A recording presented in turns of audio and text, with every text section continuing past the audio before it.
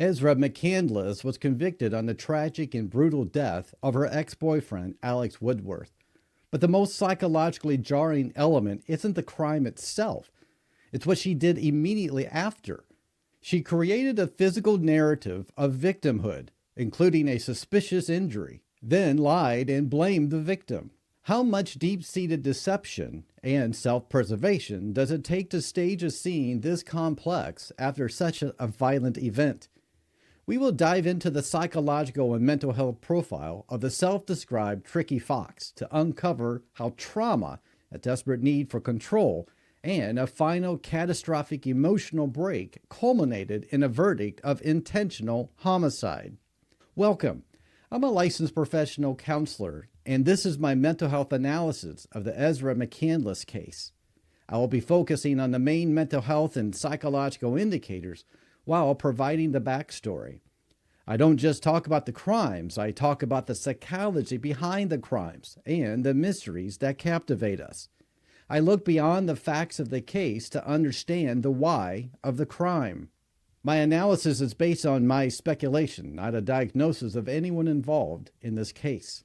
Have you ever wondered what happens when deep-seated emotional wounds collide with a complex web of relationships? How can a person's inner world of pain and loneliness manifest in a sudden violent act?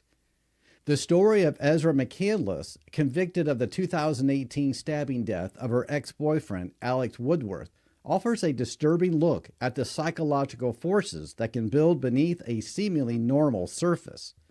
The most compelling psychological indicator in this case stems from the defense's claim that McCandless was grappling with significant pre-existing mental health challenges, specifically post-traumatic stress disorder, child onset, and persistent depressive disorder with anxious distress. This is more than just a list of diagnoses. It's a form of a critical framework for understanding the emotional and psychological state McCandless was allegedly in before the crime. According to testimony from a defense psychologist, these conditions can profoundly affect an individual's perception of threats and their ability to recall traumatic events, leading to symptoms like disassociation and panic. The backstory here is crucial. On the afternoon of March 22, 2018, the day of the killing, McCandless was seen acting agitated at a coffee shop before going to meet Woodworth. The nature of her complex relationship with Woodworth and another man, Jason, was central to the prosecution's motive, that she intended to kill Woodworth to rid herself of the internal chaos brought on by her multiple relationships and a recent abortion. The tension point here is the conflict between the defense's narrative of a psychologically damaged individual reacting in panic versus the prosecution's claim of premeditated and a staged self-defense scene. What kind of psychological pressure would lead someone to be at the center of three different relationship dynamics all at the same time? This brings us to a strong psychological angle that often appears in cases of relational violence, the potential for emotional turmoil and identity confusion in the context of complicated relationships. McCandless had a tumultuous relationship with Woodworth, one that involved intensely dark and abstract conversations, as revealed through her journal entries. These writings explored unsettling themes, including internal pain and loneliness, self-sacrifice, and even the erotics of cannibalism, where one would consume a loved one to prevent them from ever leaving. This level of preoccupation with deeply disturbing and symbiotic fantasies suggests a profound psychological need for connection, possession, and perhaps a desperate fear of abandonment. A primal need often traced back to unresolved childhood relational dynamics or trauma. How does this psychological state translate into the physical evidence of the crime? McCandless claimed the encounter with Woodworth escalated in the back of her car, stating that he tried to assault her, leading her to panic, experience disassociation, and stab him 16 times in self-defense. The defense's expert testimony supported the idea that her emotional state could have led to a fear response, resulting in a dissociative state and memory gaps. However, the prosecution pointed to the brutal nature of the crime, 16 stab wounds to the head, neck, torso, and groin, as evidence of an intentional, prolonged attack driven by rage, not a sudden defense reaction. The mystery for a psychological analysis lies in the immediate aftermath. What drove McCandless's behavior in the moments following the stabbing? After fleeing the scene covered in blood and mud, she approached a stranger's house. When talking to emergency responders, she initially provided her birth name, a detail a defense psychologist suggested was consistent with a regressive or dissociative state caused by trauma. Yet she also claimed that Woodworth had carved the word boy into her arm, an injury that police suspected she had inflicted upon herself. The psychological clue here is the inconsistency and potential for deception manipulation in her narrative. Someone experiencing true disassociation may not stage an injury.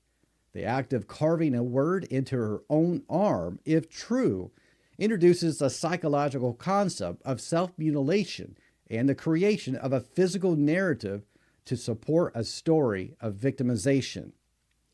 This suggests a complex psychological landscape where pain is externalized and controlled, perhaps as a desperate attempt to gain sympathy or control the story's direction. The prosecution successfully argued that the scene was deliberately staged to frame a self-defense narrative. The jury ultimately believed that McCandless, whom the prosecution called a self-described tricky fox, had committed first-degree intentional homicide. This leads us to consider the psychology of deception and performance during a criminal trial. When McCandless took the stand, she appeared small and timid, dressed in pink. An investigator noted that her testimony seemed well coached and scripted. The district attorney stated that McCandless put on a show for the jury.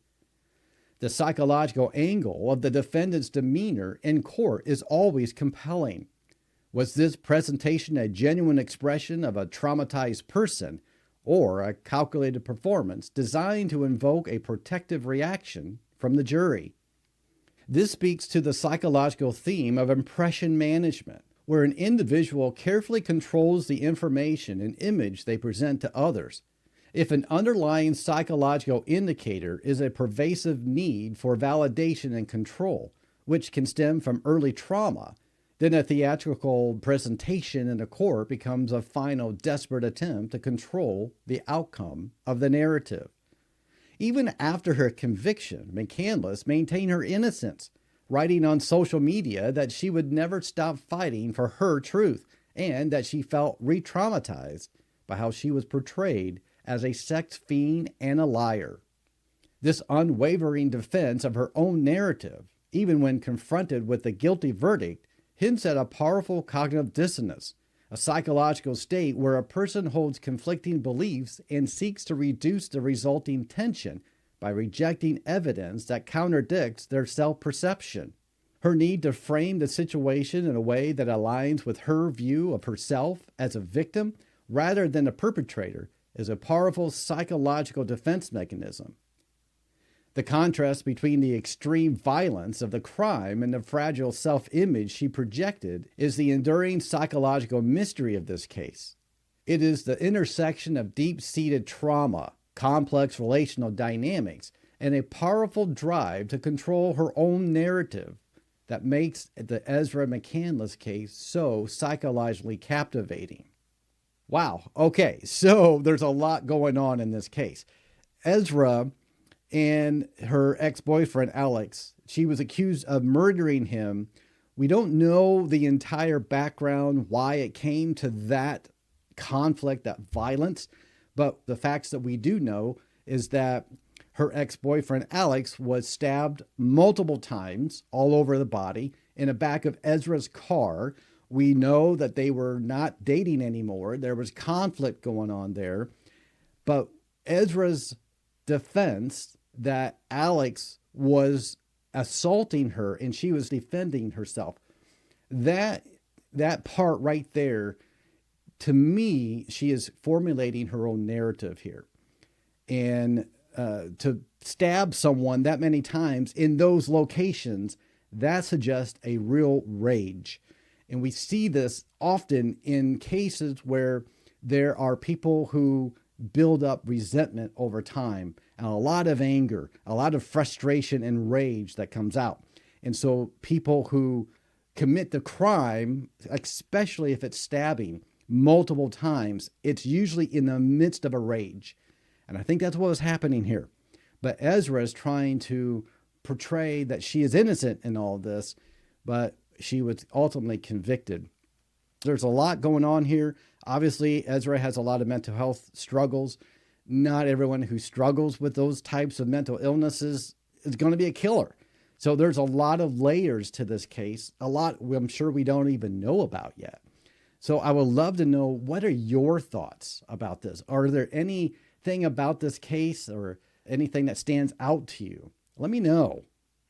And if you want more mental health analysis of true crime cases like this one, be sure to subscribe for more.